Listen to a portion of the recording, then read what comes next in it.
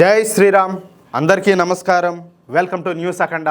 నేను మీ కస్తూరి శ్రీధర్. మిత్రులారా, పశ్చిమాసియాలో మొన్న ఫిబ్రవరి చివరి నుంచి అమెరికాకు ఇరాన్కు మధ్యన ఉద్రిక్తతలైతే యుద్ధ రూపం దాల్చినాయి. ఫిబ్రవరి 28వ తేదీన అమెరికా అలాగే ఇజ్రాయెల్ కలిసి ఇరాన్ పైన భారీ స్థాయిలో వైమానిక దాడులను అయితే ప్రారంభించాయి. అమెరికా తన మిత్ర దేశం అయినటువంటి ఇజ్రాయెల్తో కలిసి ఇరాన్లోని ప్రధాన నగరాలు అలాగే సైనిక స్థావరాలపైన అకస్మాత్తుగా మెరుపుదాడులు అయితే చేసింది.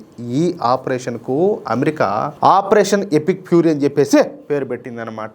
ఇరాన్ యొక్క అణ్వాయుధ సామర్థ్యాన్ని తుడిచిపెట్టడం అలాగే అక్కడ ఉన్నటువంటి ప్రస్తుత ప్రభుత్వాన్ని మార్చడం, అంటే ఆ రెజ్యూమ్ను చేంజ్ చేయడం తమ ప్రధాన లక్ష్యం అని చెప్పేసి ట్రంప్ ప్రభుత్వం అయితే పేర్కొనిందనమాట. అయితే ఈ యుద్ధం ప్రారంభమైన మొదటి రోజే ఇరాన్ సుప్రీం లీడర్ అయినటువంటి అలీ ఖమేనీ చనిపోయినాడు. ఒక్క అలీ ఖమేనీ మాత్రమే కాకుండా మరో 40 మంది టాప్ మిలిటరీ జనరల్స్ కూడా చనిపోయినారు. ఇక ఖమేనీ చనిపోయిన తర్వాత ఆయన కుమారుడైనటువంటి ముజ్తబా ఖమేనీ నూతన సుప్రీం లీడర్గా బాధ్యతలు అయితే చేపట్టాడు. ఈ దాడులకు ప్రతిస్పందనగా ఇరాన్ తన క్షిపణులు అలాగే డ్రోన్లతో ఇజ్రాయెల్ అలాగే ఆ ప్రాంతంలోని అమెరికా స్థావరాలపైన ఎదురుదాడులు అయితే నిర్వహిస్తుందన్నమాట. ముఖ్యంగా ఇరాన్ ప్రయోగించినటువంటి డ్రోన్లు అమెరికా రక్షణ వ్యవస్థలకు ఒక సవాలుగా నిలబడుతున్నాయన్నమాట. ఈ యుద్ధం కారణంగా ప్రపంచవ్యాప్తంగా చమురు సరఫరాకు ఆటంకం ఏర్పడి ధరలు దాదాపుగా రెట్టింపు అయిపోయినాయి. ప్రస్తుతం యుద్ధం కారణంగా ఇరాన్లోని వేలాది మంది ప్రాణాలు అయితే కోల్పోయారని, పశ్చిమాసియాలోని ఇతర దేశాలపైన కూడా దీని ప్రభావం తీవ్రంగా ఉందని చెప్పేసి అంతర్జాతీయ మీడియా సంస్థలు అయితే పేర్కొంటున్నాయి. ఇక హోర్ముజ్ జలసంధి విషయానికి వద్దాం.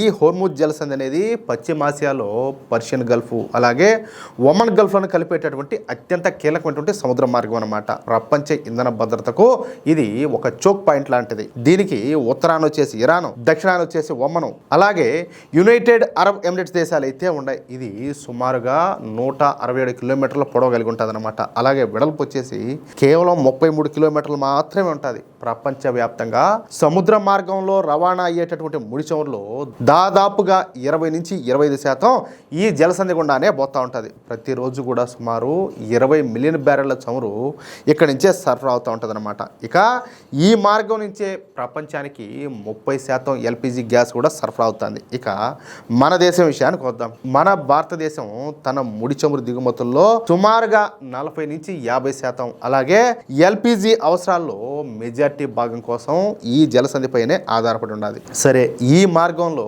ఏదైనా అడ్డంకులు ఏర్పడితే భారత్లో ఇంధన ధరలో భారీగా పెరిగే అవకాశం అయితే ఉండదన్నమాట. అయితే ఈ జలసంధిని ఇప్పటికే ఇరాన్ అయితే మూసేసింది. దీంతో మన దేశానికి పెద్ద కష్టం వచ్చిపడినట్టయిందన్నమాట. ఇక మన మోడీ ప్రభుత్వం ప్రతిరోజు కూడా ఇరాన్తో చర్చలు అయితే జరుపుతానే ఉండాలి. ఫైనల్ గా ఇరాన్ మన దారిలోకి అయితే వచ్చింది. మన దేశ విదేశాంగ శాఖ మంత్రి అయినటువంటి జయశంకర్ గారు అలాగే ఇరాన్ విదేశాంగ మంత్రి అయినటువంటి అబ్బాస్ అరాక్చి మధ్య జరిగినటువంటి చర్చల ఫలితంగా భారత పతాకం కలిగినటువంటి ట్యాంకర్లు ఈ హోర్ముజ్ జలసంధి కూడా వెళ్ళడానికి ఇరాన్ అయితే ఒప్పుకునిందనమాట. అంటే ఈ ట్యాంకర్ల మీద ఖచ్చితంగా మన ఇండియన్ ఫ్లాగ్ అయితే ఉండాలన్నమాట.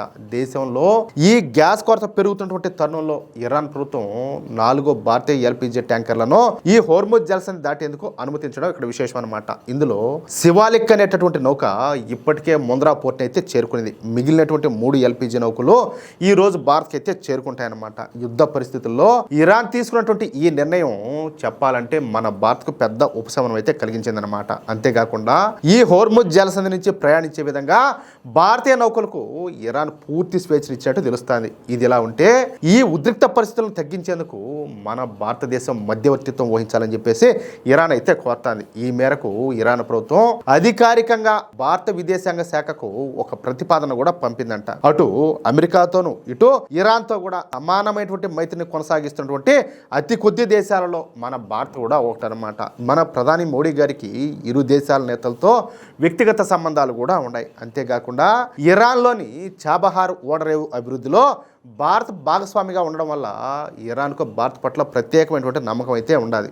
అంటే ఇది వ్యాపార పరంగా అనుకోవచ్చు. సరే, రష్యా ఉక్రెయిన్ యుద్ధంలో భారత్ అనుసరించినటువంటి తటస్థ వైఖరిని గమనించినటువంటి ఇరాన్ అమెరికాతో చర్చలు జరిపేందుకు భారత్ సరైనటువంటి వేదిక అని చెప్పేసి భావిస్తుంది.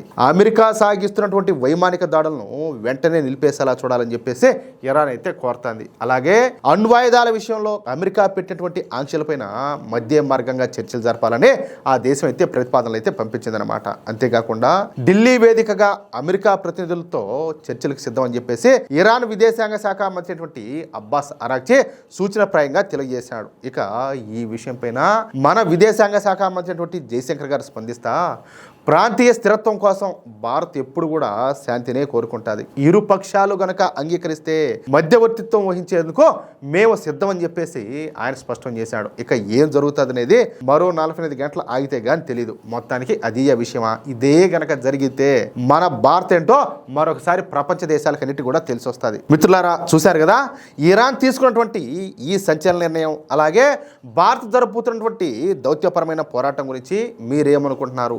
మన ప్రధాని మోడీ గారి మధ్యవర్తిత్వంతో ఈ యుద్ధానికి ముగింపు పడుతుందని చెప్పేసి మీరు నమ్ముతున్నారా? మీ అభిప్రాయాన్ని కింద కామెంట్ రూపంలో తప్పకుండా తెలియజేయండి. అలాగే నిజాలను నిర్భయంగా మీ ముందుకు తీసుకొచ్చేటటువంటి ఈ ప్రయత్నం మీకు నచ్చినట్లయితే వెంటనే ఈ వీడియోని లైక్ చేసి మీ మిత్రులకందరూ కూడా షేర్ చేయండి. ఇలాంటి మరెన్నో ఎక్స్క్లూజివ్ ఇన్వెస్టిగేషన్ రిపోర్ట్స్, అలాగే అంతర్జాతీయ పరిణామాల కోసం మన న్యూస్ అఖండ ఛానల్ని ఇప్పుడే సబ్స్క్రైబ్ చేసుకోండి. పక్కనే ఉన్నటువంటి బెల్ ఐకాన్ క్లిక్ చేయడం మాత్రం మర్చిపోకండి. తద్వారా ఏంటంటే మా ప్రతి అప్డేటు మీకు నోటిఫికేషన్ ద్వారా అందుతుందన్నమాట. అది విషయం. జై శ్రీరామ్, జై హింద్, భారత్ మాతాకి జై.